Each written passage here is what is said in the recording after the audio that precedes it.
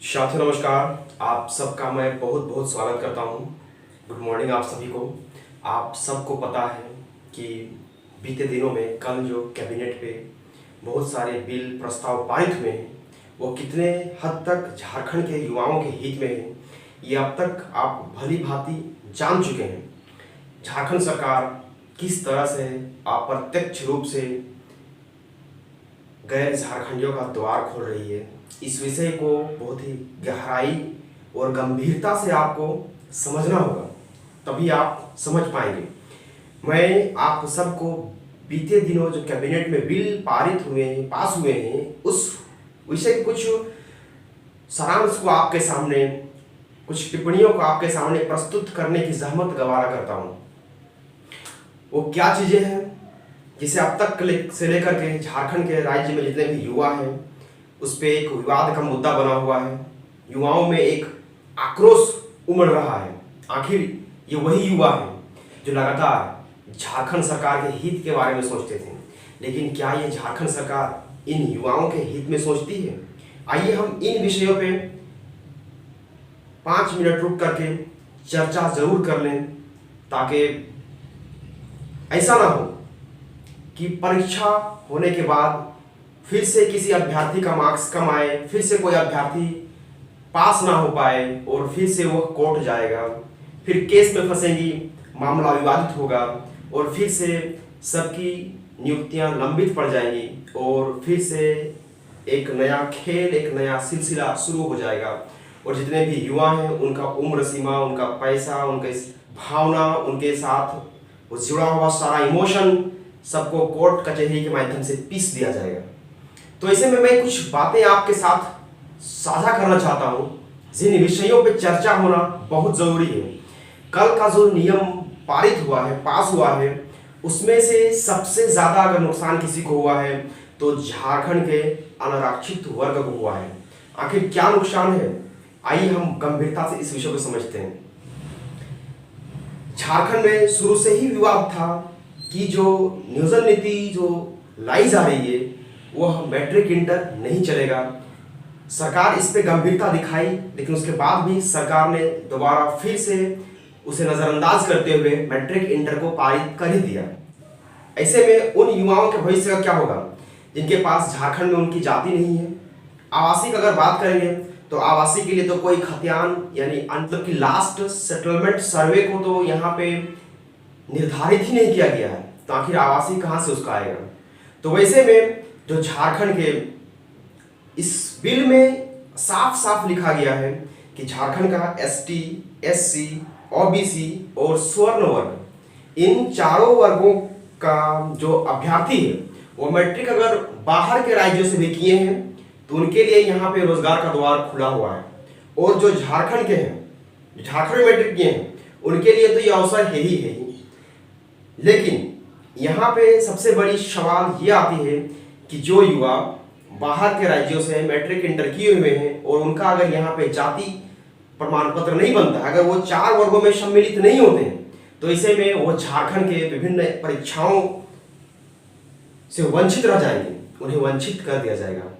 तो ऐसे में यहाँ पे प्राथमिकता झारखंड के अनारक्षित वर्ग को ना देकर के बल्कि बाहर के राज्यों के लिए एक बड़ा सा एक ओपन डोर खोल दिया गया है, एक खुला द्वार कर दिया गया है, ताकि वो लोग आए। You are most welcome. आप झारखंड के जो अनारक्षित सीट है उस पर आप बैठें और यहाँ पे आप शोषण भी करें, शासन भी करें और यहाँ की जितनी भी नियुक्तियां हैं उसे भी आप सहर्ष स्वीकार करें।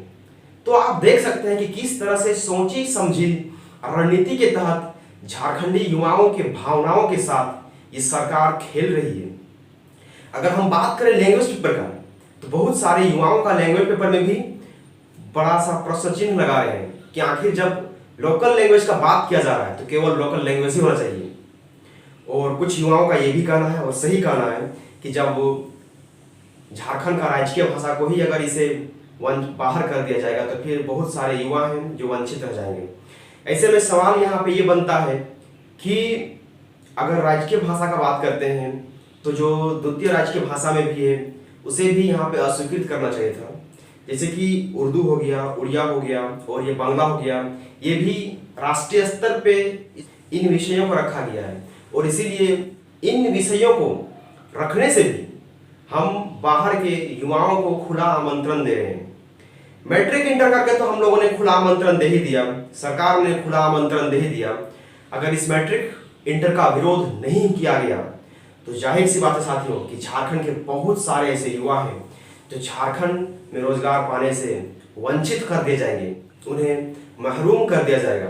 इसीलिए मैं आप तमाम साथियों से निवेदन करता हूं कि आप इस नियोजन नीति को, इस नियोजन नियमावली की सारी विसंगतियों को दूर करने के लिए आप हमारे साथ, आप खुद के साथ, झारखंड यूथ एसोसिएशन के साथ जुड़ करके, ये कोई खास वर्ग का एसोसिएशन नहीं है, बल्कि ये झारखंड में जितने भी पीड़ित युवा हैं, आने वाले नए जनरेशन है, उसका एक नया बुनियाद तय करेगा कि आखिर झारखंड में उनके हक और अधिकार के लिए कौन लड़ेगा। तो इसके माध्यम से झारखंड अगस्त क्रांति जो 8 अगस्त की रणनीति तैयार की गई है, आप उस रणनीति के तहत आपको सड़क पर उतरना है, सरकार से अपना हक मांगना है। अगर आप अपना हक नहीं मांग पाएंगे तो फिर से यही नियोजन नीति अगर रही तो आने वाले समय में हम सारे युवाओं को बहुत ही ज्यादा नुकसान और खामियाजा उठाना पड़ सकता है। इसलिए झारखंडी युवाओं से मेरा ये बहुत क्रांतिकारी वाला अपील है कि आप इस विषय की गंभीरता को समझें कि आखिर हमारे पीठ पीछे कैसी रणनीति चल रही है, कैसा षड्यंत्र का हम शिकार हो रहे हैं। सरकार आखिर इस चीज को कब समझ पाएगी? अगर झारखंड के किसी दूध पीते बच्चे को भी पूछेंगे ना कि इस नीति से किसको नुकसान है, तो वो स्पष्ट बोल देगा कि झारखंडी युवाओं को नुकसान है और बाहरी युवाओं के लिए एक खुला आमंत्रण है। लेकिन ऐसे में मैं आप सारे अभ्यर्थियों से, युवाओं से, छात्रों से निवेदन करता हूं कि आप 8 अगस्त को अपने अपने जिला में, अपने अपने जिला मुख्यालय में विरोध प्रदर्शन करें। शांतिपूर्ण तरीके से सरकार का विरोध करना है। और 10 अगस्त को जिस दिन माननीय मुख्यमंत्री का जन्म दिवस है, उस दिन सारे जिलाओं को एक जगह रांची में केंद्रित किया जाएगा। जिला भर के जितने भी युवा हैं वो 8 अगस्त को यहां मना करके 10 अगस्त को फिर बेरोजगार दिवस के लिए रांची के लिए कूच करना है, रांची के लिए हमें प्रस्थान करना है। साथियों, आप सबको पता है कि हमें क्यों इस बड़ी सी रणनीति का हिस्सा बनना है, क्योंकि कल जो बीते दिनों में जो नीतियां पास हुई हैं, बहुत युवाओं को आस था कि इस कैबिनेट की बैठक में लंबित नियुक्तियों पर विशेष चर्चा की जाएगी, लेकिन किसी भी लंबित नियुक्ति पर कोई विशेष चर्चा नहीं किया गया।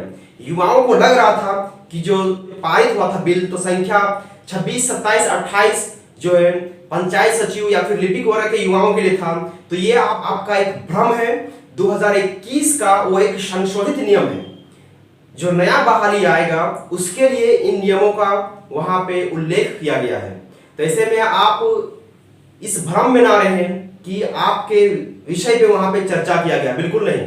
ना तो पंचायत सचिव पे किया गया है, ना ही टीजीटी-पीआरटी, मतलब किसी भी लंबित नियुक्तियों पे चर्चा नहीं किया गया है। ऐसे में साथियों, हमारे पास, आप सबके पास केवल एक ही विकल्प बचता है कि 8 अगस्त और 10 अगस्त को ये जो बैठे हैं सत्ता में, इन तमाम मठाधीशों, इन तमाम रहनुमाई का दावा करने वाले लोगों को एक साथ, एक मुश्त होकर के, सुसंगठित होकर के इनको जवाब देना है। और जवाब में आपको पता ही है कि क्या मांगना है। आपका हक और अधिकार को कोई छीन रहा है। ऐसी परिस्थिति में अगर आप फिर से घर में अगर बैठे पड़े रहेंगे, WhatsApp, Facebook, WeChat, Twitter, Gmail, Instagram के माध्यम से अगर अपना रोष को प्रकट करेंगे, तो जाहिर सी बात है कि सरकार फिर से आपको नजरअंदाज करेगी, फिर से आपकी बातों को सरकार नहीं सुनेगी। ऐसे में परिस्थिति हमारे सामने बिल्कुल भी गंभीर है और हम सबको एक साथ चट्टानी एकता का परिचय देते हुए सरकार से लोहा मनवाना है। तो साथियों, भूले नहीं, 8 अगस्त और 10 अगस्त, 8 अगस्त अगस्त क्रांति, 10 अगस्त पूरे राज्य में बेरोजगार दिवस मनाएंगे। माननीय मुख्यमंत्री के जन्मदिन को पूरा इंटरनेशनल लेवल पे बेरोजगार दिवस के रूप में हाईलाइट कर देंगे। तो साथियों, आप सबका बहुत बहुत धन्यवाद, शुक्रिया। जय हिंद, छात्र एकता जिंदाबाद, छात्र एकता जिंदाबाद।